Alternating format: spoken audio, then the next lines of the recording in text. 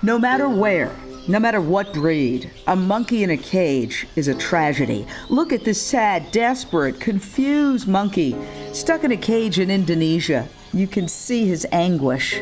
But the story you're about to hear has a happy ending, thanks to LA-based Israeli millionaire and animal activist Ady Gil. I said I will not go to my grave knowing that I had an opportunity to save 1,400 monkeys. Israel is changing its policy. It's now going to ban the export of wild animals for experimentation.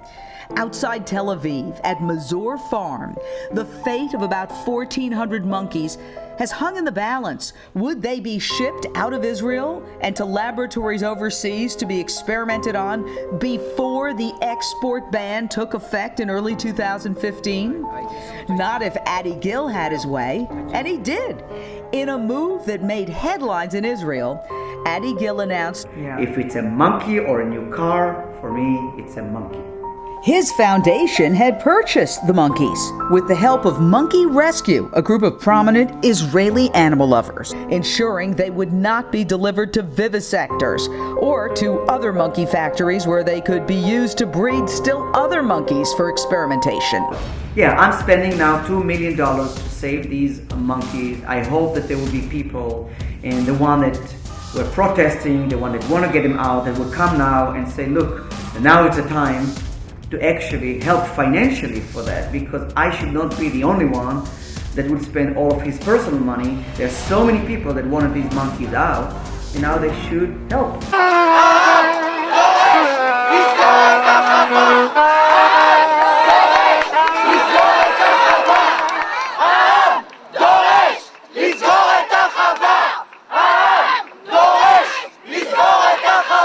Experimentation on primates is becoming reviled worldwide.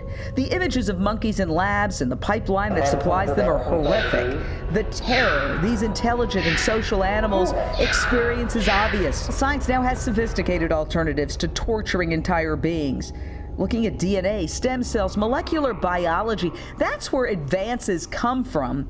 A monkey twitching his tail in agony doesn't help a human being who doesn't have a tail. What could happen to these monkeys if you didn't buy them? They would go to laboratories in the United States, and they would end up in the United States being tested for medical research. And so, describe a little bit of that. It's a horror show? Of course it is. I mean, you take a little monkey like this, which is 10 to 15 pounds, you put it in a little cage, which if you had it as your personal monkey, you would be charged with animal cruelty, but it doesn't apply to these research laboratories. That's why they do it undercover, that's why they don't have windows, and then they just torture these monkeys. The monkeys are isolated, and they're being infected with disease that you don't even know if you can cure. And it's irrelevant in most cases to us. Israel is not into experiment on animals. Israel does not allow experiment on animals for cosmetics. Israel does not allow selling cosmetics that has been experimented on animals. So this is like the new thing. That's how we do things. That's how we should do it, even here in the United States. Well, my understanding is that Israel is a leader in the animal rights movement, that they have a vegetarian town, that they have the largest vegan or vegetarian festival, that the animal rights movement is huge in Israel. The president of Israel is vegetarian. Now he's being pushed to be a vegan. So what yourself? I'm Jewish. Okay, I was born in Israel. Or Lagoim, which means light to the world, to the entire world. Let's be the first light to shine on something, and then have other people that have not seen it follow it. Right now, the issue is help me to feed them, medical care, and all that stuff. And we will have to pay for the staff and the food and all that. I think now we can get some donations for food, because now they're not for now the supermarkets and other will come and say, here, trucks of bananas and all that stuff. These monkeys are now in that farm right by Tel Aviv. We're going to move them into a new sanctuary in the south of Israel, and they will have a very similar look to these previously built sanctuaries throughout the world. They will run, and they will climb, and they will play, and they will have toys, and they will have food and all that stuff. They would leave if they're as close to their natural environment, the best that we can do in Israel.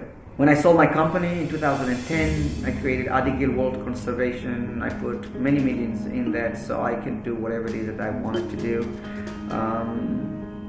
This is a project that's going to take a lot of money out of this.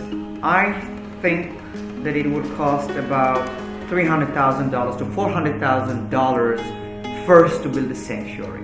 JWC is going to own the non-profit organization in Israel. So no matter where you donate, if you donate directly into the non-profit in Israel, it's tax deductible, or if you donate to AGWC, it's tax deductible. AGWC does not have any overhead. I don't take salary. Together, we can make sure these monkeys live decent lives and experience freedom, not terror.